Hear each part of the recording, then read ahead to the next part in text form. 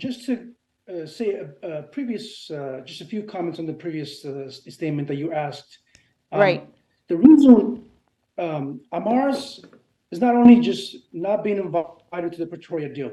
Remember, this is, by the way, a quote from the president of the Amhara Regional Office for Reconstruction and Construction Fund. He mentioned an estimation of about $500 billion birr. That's more than 500 billion birr, or in American dollar, that's close to about 9.1 billion American dollars.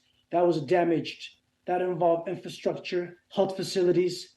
That the vast majority of the war between the federal forces and the Tigray happened in Amhara region, and people always say that the Amharas backed Abiy. Amharas did not back Abiy.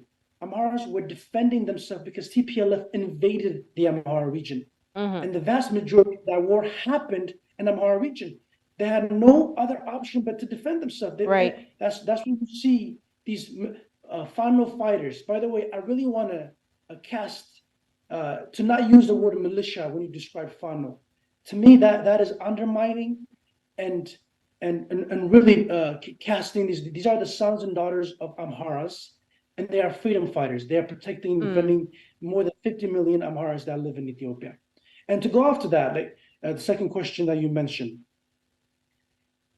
it is true that the Amhara Prosperity Party is an apparatus that allows Abiy Ahmed to control the Amhara region.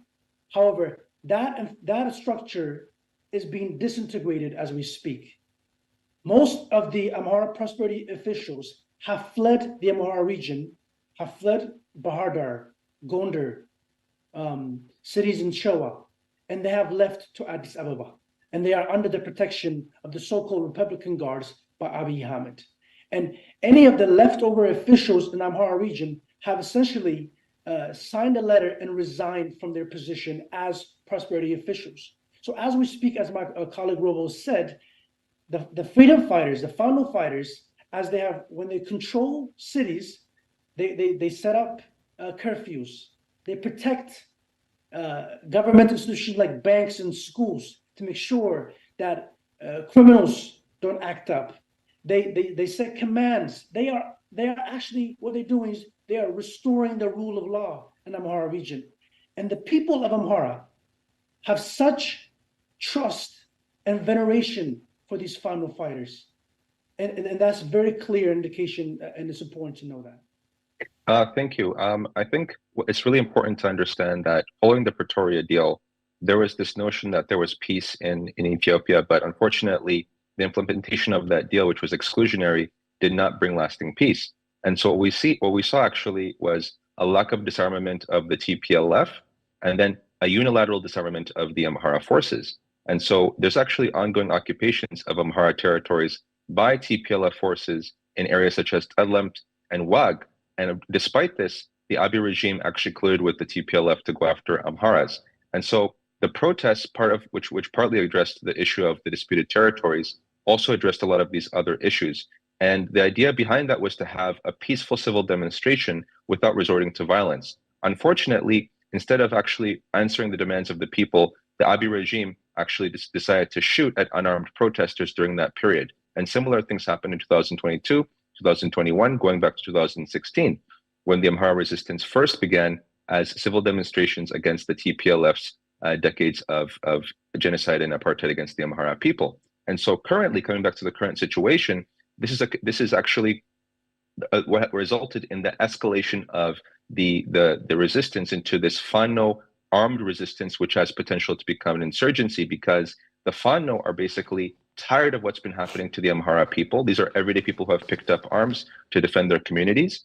And I think the Amhara people have repeatedly shown their commitment to coming to peace. On multiple instances, there were efforts to actually have deliberations on a local level, and the regime forces actually promised to withdraw from these areas, but they would use those opportunities to, again, regroup and then re-attack these communities. And so there's very, very fragile trust in the government. Actually, I could say there's no trust.